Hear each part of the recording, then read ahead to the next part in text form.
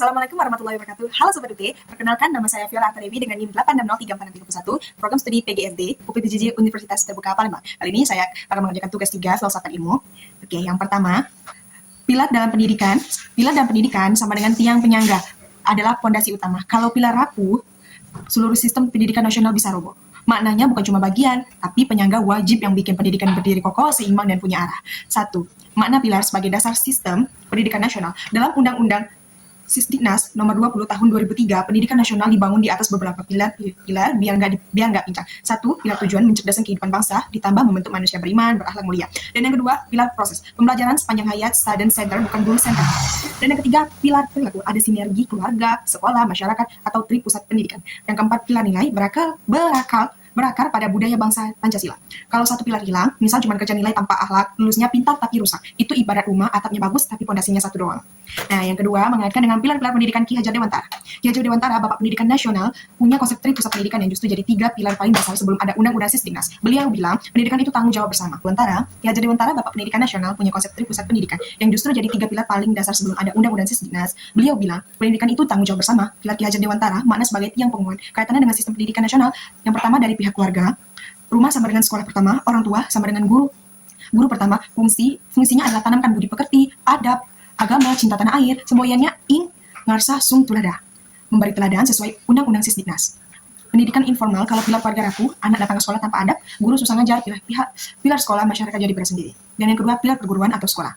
Fungsinya mengembangkan nalar, ilmu, keterampilan, semboyannya ing madya mangun karsa. Di tengah membangun kemampuan atau semangat belajar sesuai pilar proses Sisdiknas, sekolah jembatani ilmu dari keluarga ke masyarakat. Kalau guru cuma transfer ilmu tanpa teladan, pilar ini kosong, lulusan cerdas tapi kering nilai. Dan ada pun yang ketiga, pilar masyarakat. Fungsinya sebagai tempat praktik ilmu ditambah pembentukan karakter sosial. Semuanya tuturi handayani. Dari belakang memberi dorongan, masyarakat kasih contoh nyata, gotong royong, toleransi, UMKM, sesuai pilar-pilaku Sisdiknas. Sekolah nggak bisa didik anak jadi warga negara baik kalau masyarakatnya atau individualis korup. Masyarakat jadi lab untuk uji hasil pendidikan keluarga dan sekolah. Dan yang ketiga, benang merah sama dengan ing ngarsa ing madya tuturi sama dengan 3 pilar seimbang. Ki Hajar Dewantara pakai filosofi ini sebagai penguat 3 pilar tadi. Ing ngarsa sung tulada, keluarga atau orang tua dan guru harus jadi teladan, pilar moral. Dan yang kedua, ing madya mangun karsa, sekolah harus bangun semangat belajar, bukan nakut-nakutin, pilar intelektual. Dan yang ketiga, tuturi handayani. Masyarakat dukung dari belakang, kasih ruang anak bereksperimen, pilar sosial. Analoginya gampang, pendidikan nasional itu kayak meja 3 kaki. Kaki pertama keluarga, kaki kedua sekolah, kaki 3 masyarakat. Ki Hajar Dewantara sudah bilang 100 tahun yang lalu, jangan serahkan pendidikan hanya ke sekolah. Makanya sekarang kurikulum juga dorong kolaborasi 3 pilar lewat P5, orang tua dan Dudika. Kesimpulannya, pilar dalam pendidikan sama dengan fondasi nilai, perilaku, dan proses yang saling menguatkan. Keempat, persoalan pendidikan kita sekarang, lulusan cerdas tapi kurang adab, bullying, plus mental health siswa naik, guru overwork, sekolah versus rumah saling bertanggung jawab, ternyata 3 pilar Hajar Dewantara masih jadi obat paling pas. Yang pertama, pilar keluarga, jawaban untuk krisis karakter dan mental anak. Dan yang kedua, pilar sekolah, jawaban untuk guru sekedar transfer materi. Dan yang ketiga, pilar masyarakat, jawaban untuk ilmu di kelas nggak nyambung dunia nyata. Nah, yang pertama, pilar keluarga. Pilar ini ngajak kita buat berhenti menyalahkan guru saja. Butuh kontrak lagi antara orang tua dan guru. Rumah tanamkan adab, sekolah kembangkan ilmu. Kalau pilar keluarga dikuatkan lewat parenting kelas, komunikasi guru antara orang tua, beban mental siswa dan guru jadi lebih ringan. Dan yang pilar sekolah, sekolah harus jadi tempat aman buat anak bertanya, gagal, coba lagi.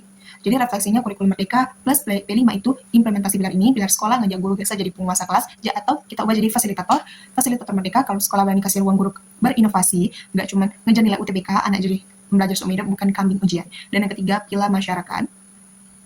Nah, tugasnya itu kasih ruang praktik dunia usaha, komunikasi, komunitas, jadi kelas kedua, buat anak uji ilmunya. Dan ada juga dalam pendidikan ada program PKL, Teaching Factory, kampus merdeka itu roh dari pilar ini. Pilar masyarakat ngajak kita jangan kurung pendidikan di 4 tembok. Kalau Dudika, UMKM, pemuda desa mau jadi guru dari belakang.